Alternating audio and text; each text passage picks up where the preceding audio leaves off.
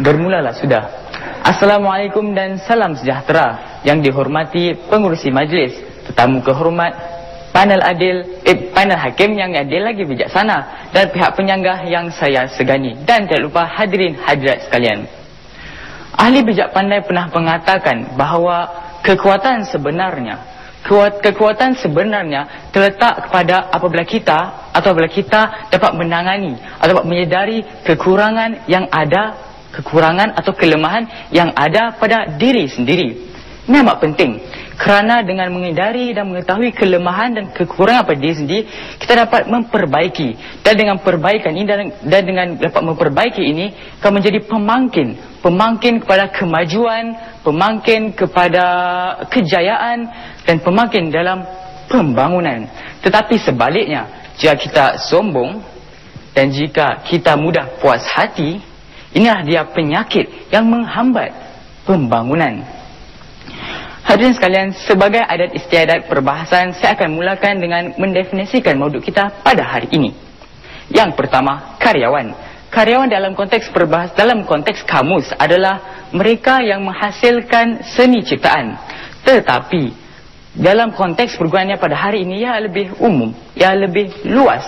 Jadi kita dapat dapati bahawa karyawan sebenarnya pertama adalah mereka yang mempunyai sijil pendidikan. Yang kedua, mereka mempunyai pengalaman. Yang ketiga, mereka telah berjaya dalam bidang yang mereka ceburi. Dan ini telah dikukuhkan lagi dengan kata ahli bahasa Encik Arif Ahmad. Dia mengatakan bahawa karyawan ahli iktisas adalah mereka yang melakukan pekerjaan yang berlandaskan dengan ilmu mereka. Itulah dia karyawan. Dan apa pula itu Melayu? Melayu adalah nama satu bangsa ataupun bahasa. Macam anda dan saya, cuma saya ada keturunan Arab dan Eropis sekali, itu tidak penting sekarang. Karyawan Melayu. Kurang di sini bermaksud tidak ataupun belum cukup, ataupun lebih rendah, ataupun lebih sedikit daripada sesuatu apabila ia dibandingkan. Kurang. Dan pula komitmen. Apakah huruf komitmen ni? Apakah maksud komitmen? Komitmen sebenarnya, hadirin hadirat sekalian, adalah sikap pendirian atau perbuatan memberikan sepenuh tenaga dan perhatian kepada sesuatu. Jadi kurang komitmen yang di sini menunjukkan bahawa kurang memberikan perhatian ataupun tenaga yang sepenuhnya. Kurang komitmen dalam usaha. Campuring ni definisi tak apa. Usaha adalah daya upaya untuk mencapai sesuatu. Dan apakah yang kita mencapai? Iaitu membangun masyarakat, iaitu memajukan masyarakat dalam pelbagai aspek. Antaranya aspek minda, siasah, iktisad, dan juga dari aspek sosial. Hadirin sekalian, kita mengakui bahawa sebenarnya karyawan boleh menyumbang kepada pembangunan masyarakat melalui kerjayanya sendiri. Tetapi adakah ini mencukupi? Memandangkan ia dilihat daripada satu sudut saja yang boleh dikatakan, satu sudut perspektif yang boleh dikatakan pasif. Sebenarnya hadirin hadirat sekalian, sebenarnya kita boleh ada perkara-perkara yang lebih penting, yang lebih ketara, yang lebih utama untuk menjadikan atau menjadi satu gambaran yang lebih jelas kepada kita apa sebenarnya itu komitmen. Kalau kita lihat, kalau singkat pada lipatan sejarah, ini harus kita kira. Masalah atau kelemahan masyarakat Melayu sebenarnya yang adalah terletak dalam kepimpinan. Masalah Melayu terletak dalam kepimpinan. Lebih tepat lagi, kepimpinan kolektif. Maaf, anda jangan salah sangka kepimpinan kolektif ini adalah apa yang diutarakan oleh AMP. Bukan. Kepimpinan kolektif ini sebenarnya adalah satu konsep yang umum, satu konsep yang global, satu konsep yang universal. Ia telah wujud sejak lama lagi. Jadi satu boleh dikatakan sebagai pembinaan kolektif ini adalah sebenarnya proses pengembelengan kepakaran, buah fikiran dalam menyelesaikan masalah masyarakat sesuai dengan keadaan masyarakat itu sendiri. Hadirin sekalian, jadi di sini kami dapat menetapkan bahawa sebenarnya kelemahan dalam segi kepimpinan kolektif inilah yang menunjukkan bahawa karyawan Melayu kurang komitmen dalam usaha membangun masyarakat. Dan apakah bukti-bukti yang ingin kami utarakan? Dan Abu Buktikan menunjukkan bahawa kelemahan kepimpinan kolektif ini. Jadi kami dapat menilai kepimpinan kolektif ini daripada dua sudut. Yang pertama, kuantitatif. Yang kedua, tidak kuantitatif. Apa itu kuantitatif? Kuantitatif adalah jumlah dan bilangan.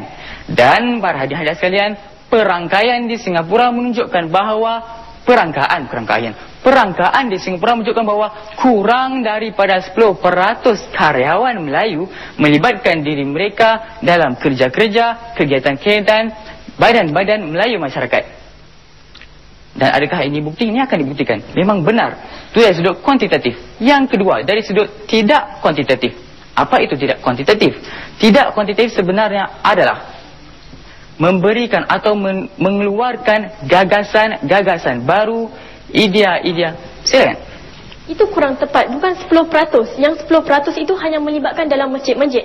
Itu tidak mengirakan mereka yang melibatkan diri dalam badan-badan bajikan ataupun badan-badan anggota karyawan. Terima kasih. Maaf Tuan. Maaf Puan.